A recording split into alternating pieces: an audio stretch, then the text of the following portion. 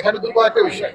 একটা হলো যে প্রথম যেটা বললাম, আমি জানি না দুদক এখানে কি পেয়েছে, এটা নিয়ে আমি সাথে কথা হয় না, আমি জানিও না, এটা তারা তাদের মতো করে কাজ করছে। এটা তো আউটসোর্সিং এর যে বিষয়টা, এটা হলো আসলে ঠিকাদার নিয়োগ করা হয়, ঠিকাদার লোকদেরকে মানে আপনার হচ্ছে যে জনবল সরবরাহ করে এটা, এবং পেমেন্টও ঠিকাদারের কাছে দেওয়া হয়। তো এখানে সে যদি না দিয়ে থাকে, সেটা অবশ্যই আমরা মনে করি যে কর্তৃপক্ষ যারা আছেন তারা দেখবেন। আর আমার কাছে যে বিষয়টা বলছেন যে পরিষ্কার পরিচ্ছন্নতা, হ্যাঁ, এখানে পরিষ্কার পরিচ্ছন্নতা এটা আমিও নিজে বুঝছি, কারণ আমি কিন্তু এর আগেও কিন্তু ধরেন একদিন রাত্রে আমি আসছিলাম, তখন দেখছি অপরিষ্কার ছিল, এলোমেলো ছিল। এটা আমি আজকে যেহেতু আসছি, হয়তো একটু পরিষ্কার পরিচ্ছন্নতা আছে, তো আমি চেষ্টা করবো যে এটা অন্তত প্রতি সপ্তাহে মানে 15 দিন হোক একবার আমি নিজে আসতে। তাহলে হ্যাঁ, যদি আমি আসলে এবং আমি না বলে আসবো, তাহলে আমি অ্যাকচুয়ালি বুঝতে পারবো যে আসলে আমার এখানে অবস্থা কি হচ্ছে। এখানে কোনো ব্লেমের বিষয় না, আমরা এখানে একটা বিষয় হলো কি, আপনার যেহেতু জনবল হচ্ছে আসলে 900 বেডের মানে ফেভারে, বাট প্রকৃতপক্ষ লোক হচ্ছে রোগীনাদা রোগী হচ্ছে, ফলে হচ্ছে যারা কাজ করতেছেন তারা অবশ্য ওভার বার্ডেন, তারা একসময় ক্লান্ত হয়ে যায় বা বেশি লোড নিয়েছে, ফলে অনেক সময় ঠিক মতো কাজটা করতেছেন না। তো এই জায়গাটা আমরা দেখতেছি যে জনবল কি সরবরাহ করা দরকার, কি সাপোর্ট দেওয়া দরকার, যাতে করে হাসপাতাল আমরা মনে করি সবসময় পরিষ্কার পরিচ্ছন্ন থাকে এবং সুন্দরভাবে চলে।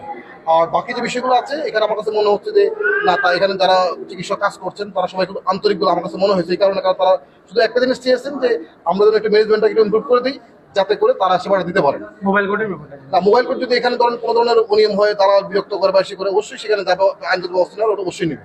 এবং এটা আমরা একটু গুছিয়ে নেই, তারপরে এখানে এখানে কোনো দালাল চক্র থাকবে না, মানে এই রুগীদেরকে জিম্মি করে বা অন্য কোনো উপায়ে কোনো দালাল চক্র থাকবে না। এমনকি এখানে যে সমস্ত ক্লিনিকগুলো আপনার এই দালালদের মাধ্যমে রুগী ভাগায় নিয়ে যাও, সেও থাকবে না। যে সমস্ত ক্লিনিকগুলো এই কাজটা করবেন, তাদের বিরুদ্ধে কোনো আইনগত ব্যবস্থা নেওয়া হবে। আসলে যে হাসপাতালের বাইরে কোনো প্রশ্ন করা যাবে না। একটা প্রসঙ্গ আমি বলতে চাচ্ছি যে আপনি আসার পর যে সাদা পাথর একেবারে পাথর যারা অবৈধভাবে উত্তোলন করে একেবারে ক্লিন হয়ে গেছে, সেটা আমরা বলতে পারি। এখন পর্যটকরা আসা শুরু করে দিয়েছে, এখন খুব ভালো ভালো অবস্থায় চলে যাচ্ছে। কিন্তু জাফলংয়ের অবস্থা কিন্তু এখনো পাথর উত্তোলন হচ্ছে পশ্চিম জাফলং দিয়ে, আপনি জানেন কিনা বা অভিযানে কোনো রকমের না, এখানে যেটা হয়েছে সেটা হলো যে আমরা চেষ্টা করছি যে কোনোভাবেই কোনো পাথর উত্তোলন না হয়। এটা এটা গত 2 দিন আগে হচ্ছে আপনারা 2টা নৌকা নিয়ে এসে তার চেষ্টা করেছিল, বিজিবি তাদেরকে আপনারা মানে ধরার চেষ্টা করছে, নৌকা ফেলে চলে গেছে। এটা তো এখানে কিছু লোকজন আসতো দুষ্ট থাকবে, সে চেষ্টা করছে সুযোগ পাইলে এটা করার জন্য। তো আমরা তৎপর রয়েছি, আমাদের সমস্ত বাহিনীগুলো, বিজিবি, পুলিশ, র্যাব যারা এখানে আছেন যতবার, সবাই তৎপর রয়েছেন যাতে কোনোভাবে এটা করতে না পারে।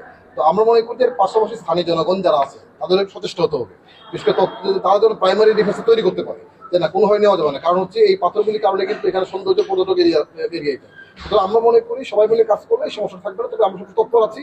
আমরা মনে করি যে এই সংবাদগুলো আপনাদের মাঝে পাবো, যদি কোনো কিছু ঘটে বা কোনো কিছু করার চেষ্টা করি, সেটা আমাদেরকে বলবেন, আমরা সেটা ব্যবস্থা নেব। আরেকটা বিষয় হচ্ছে উসমানী হাসপাতালের বিভিন্ন ওয়ার্ডে ডাক্তাররা রোগীরা মানে হয়রানির শিকার হয়। না, রোগীরা হয়রানির শিকার হয় এটা আমি